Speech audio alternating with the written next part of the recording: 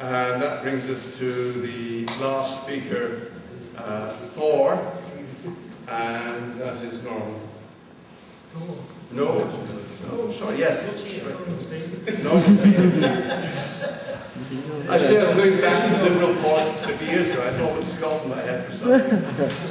With great connection. Are you sure you mean someone kind of change your mind? I'm quite sure, yes. One of the advantages of going late, of course, is that so many of the points you wanted to say were made so excellently before, and so your speech can be mercifully shortened. And secondly, that you learn so much about the other side. And gentlemen, I'm so persuaded that I sense I'm wavering. Not. Humanism. Humanism is an approach to life based on humanity and reason. It is the belief that we can live good lives without the need for superstition, religion, or any other supernatural beliefs or faiths. It is about unselfishness, kindness, and consideration towards others, about accepting responsibility for our own lives, whilst recognising our role in the wider world, without superstitiously demanding the endorsement of a supernatural being to add meaning and validity. We are naturalists, not supernaturalists. We take it that the world is a natural realm governed by nature's laws. This properly implies that there is nothing supernatural in the world. No fairies or goblins or angels or demons or gods or goddesses. Such might as well call themselves atheists or agoblinists as atheists. It would be every bit as meaningful or meaningless to do so. Interestingly, belief in fairies was widespread until the beginning of the 20th century. But now, it would be regarded as, well, a variety of intellectual infancy. That phrase reminds one that religions probably survive mainly because they brainwash the young. How else do they keep absurdities seemingly credible? 3/4 of Church of England schools are primary schools. All the faiths currently jostling for our tax money to run their faith-based schools know that if they do not proselytize intellectually defensive 4-year-olds, their grip will eventually loosen. To a naturalist, as opposed to a supernaturalist, inculcating the various competing falsehoods of the major faiths into small children is surely a form of quasi-child abuse and a scandal. Let's not lose sight of this.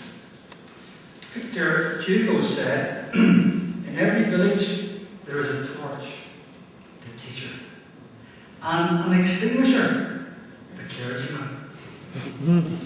Let us challenge religion to leave children alone until they are adults, whereupon they can then be presented with the essentials of supernatural explanations for things as opposed to scientific ones, for their then mature consideration.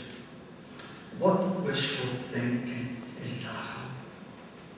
Obsession with rigid control over what children must believe has been part of systems of absolute authority, religious or not, throughout history.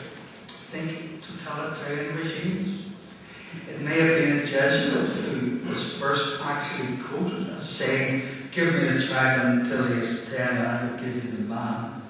But the idea is very much older than the school of Ignatius Loyola. Attempted indoctrination of the young often, as we know, has a reverse effect. But it seems that the religious authoritarian will run this risk in order to imprint the average boy or girl with enough propaganda at all costs. What else are they to do? If religious instruction were not allowed until the child had attained the age of reason, we would be living in a quite different secular world. Faithful parents are sometimes a bit divided over this, since they naturally hope to share the wonders and delights of Christmas and other fiestas with their offspring. And they can also make good use of our God, as well as of lesser figures like Santa Claus, to help tame the unruly. But mark what happens if the child should stray to another faith, let alone another cult, even in early adolescence. The parents will then tend to proclaim that this was taking advantage of the innocent. All monotheisms have, or used to have, a very strong prohibition against apostasy for just this reason. There is a short poem called The Riddle of the Universe. Its cosmology might not be to many humanists' liking, and its theology will not be that of anyone here tonight, but it seeks to underpin the reality of the absence of an interventionist deity in human lives, and of the responsibilities that are thus ours to exercise for the good of our planet, for each other, our children, and the generations that we hope will come. It goes like this: for their amusement, the gods created a puzzle, a miniature universe, on which they placed creatures in their own image. At first it was popular, and they visited often, tinkering and making small adjustments.